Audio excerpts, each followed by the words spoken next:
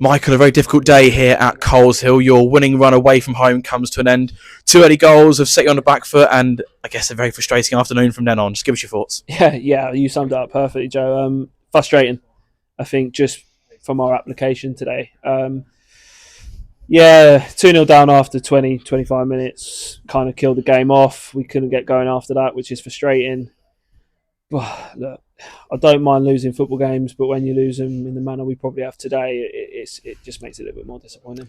And it must be really frustrating, having done all the prep for this game to concede those two early goals in the manner that you did. Yeah, like I said, you give the boys opportunity, the most information we can, and we said about the long throw and the second balls. All this team, they don't score directly off the first contact; it's always the second. It bops down. We have three attempts to clear it. We're a bit hesitant, a bit reluctant, and we get punished for it. And that's what happens at any level of football. You don't do the basics, you'll get punished. Had a bit of a brighter spell after that, but like I said, just never had really enough energy going forward, not enough drive and positivity for me today, which is frustrating. But yeah, it is what it is. Was it almost surprising to see those goals as well? Because in the way in which they panned out, that's normally your side's strength.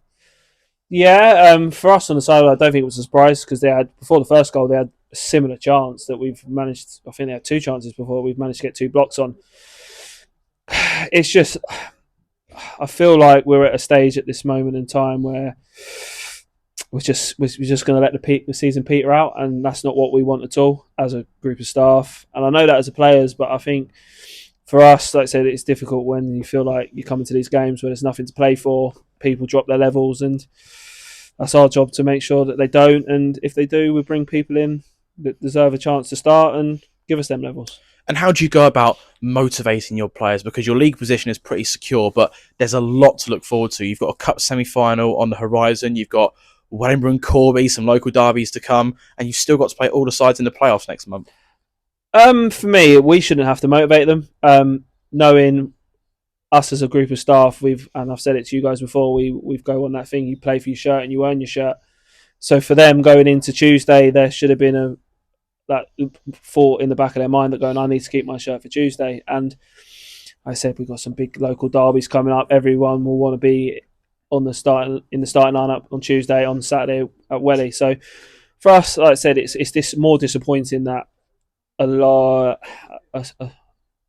sizable group today just weren't at the level. So that's for us to pick the bones out of. I'll have them conversations with players over the weekend. And yeah, look, for now, it's a big opportunity Tuesday, like I said, to go get into a cup final, and we need to put a team around that's going to perform. And just on your team selection, you put Sam Tester straight into the 11 and Ethan Johnson as well. You dropped your top scorer, Jamal Adams, to the bench and Aidan Webster too. What was the thinking behind those alterations? Yeah, obviously centre half, we know we've had our issues there recently, and for me, I think Tijan this season's been very bright in the middle.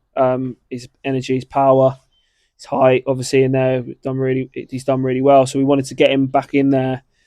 Thought Sam was brilliant. Bit of a slow start, obviously getting back into football, but grew into the game, was really solid. So it looks like it'd be a good addition.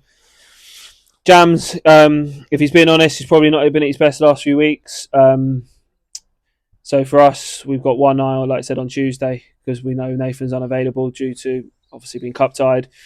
So trying to give players that adequate time of rest and an opportunity to be fresh for that. Webby, same thing. Webby's played a lot of football, and we said it after the game. Webby's an unsung hero, I think, in this group, in that midfield. His endeavour, his willingness to run, battle, put his body in, and like I said, when he starts, it goes unnoticed, but when he's not on the pitch, it really shows for me. And I feel like I said, it was another one that's played a lot of football and just trying to give these boys a break. They've done so well, but like I said, you need those boys coming in to bring the levels that those previous boys have done, which at times today we haven't done. You were 12th in the league before today. You finished the day in 12th as well. Do you feel the way this game panned out has perhaps epitomised why you aren't even higher than where you are? Because we've seen these sorts of games before where you concede poor goals, you put yourselves on the back foot, and then you struggle in trying to go and find those goals because it's giving the opposition something to hold on to. Yeah, that's why we always say, don't we? We got to start these games well, and when we have done that, and when we've got our noses in front, at the beginning. We go on and we grow into games. So for us, like I said, we're sat 12th in the league, and I think everyone in the bottom half again's dropped points. And it seems to be a way this season when we've played really poorly and could have taken advantage of that. We haven't. That's something to look at into next season. It's getting. Still think we need a vast amount of experience. Some players that have played this level maybe step higher, which we've had a conversation with a few already, looking at next year. But for us, like I said, the worst thing for us now is to let the hard work that we've done to get to where we're at to just be for nothing and let this season peter out and keep dropping down and finishing lower than what we are. So we need to find that motivation, that drive to go. And like I said, for us, we want as many points as we possibly can, because then that's our target next season. Another double header at Hayden Road next week, starting with that Hillier Cup semi-final against Northampton on Tuesday. And I guess with the security of your league position, that's now become a pretty big game. And with the opportunity to go to Sixfields for the second year in a row, a final with Corby Town, that's some prospect. Yeah, 100%. And the frustrating thing about that is that I know the group will come and they'll be buzzing, they'll be right up for it. But like I said, if I look at today and dissect today, why weren't we the same today? So for us, like I said, we talk about keeping shirts. We'll have to have a conversation between myself, Ryan, and Ports, and go from where we go and putting a team out that we think is going to turn up, do a job, and win the game. No, so it's a fantastic prospect to go get into another cup final against local rivals, but we can't look that far ahead. We have to be there Tuesday, turn up, do it properly, win the game, and then we go from there. And just lastly, on Tuesday, do you expect to have any players back or anybody potentially ineligible for that semi-final? Yeah, we've got a couple of eligibles, unfortunately for ourselves. Obviously, Nathan being a big one, played for Sylvia in an earlier round. Other than that, the rest of the group's eligible. So, look, we're in a good place. We'll bring a strong side. Like I said, we're going to go out, try and win the game. And the boys now owe us a reaction after today. And I'm sure we'll get that. And look, we look forward to it. Charlie, a very tough day here at Coleshill this afternoon. Can you just give us your thoughts on the 90 minutes? Yeah, no, not a great day at the office, really. I think a lot of it was down to our poor start, really, first 10, 15 minutes or whatever it was. It was obviously 2 down fairly early on, which is never ideal, and it gives you a massive, obviously, mountain to climb. To be honest, I don't think our levels really got much better than that 10, 15 minutes anyway. Obviously gave it a bit of a go in the second half and used the ball a little bit better than we did in the first half, I thought. First half just kept giving it away too much, and they had far too much time and space on the ball.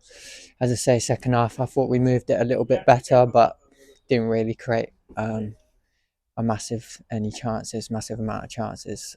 So yeah, poor day at the office, really. The manner of those 2 early goals as well seemed a little bit concerning. The first one's come after ample opportunities to clear that weren't taken, and then they've stabbed it in.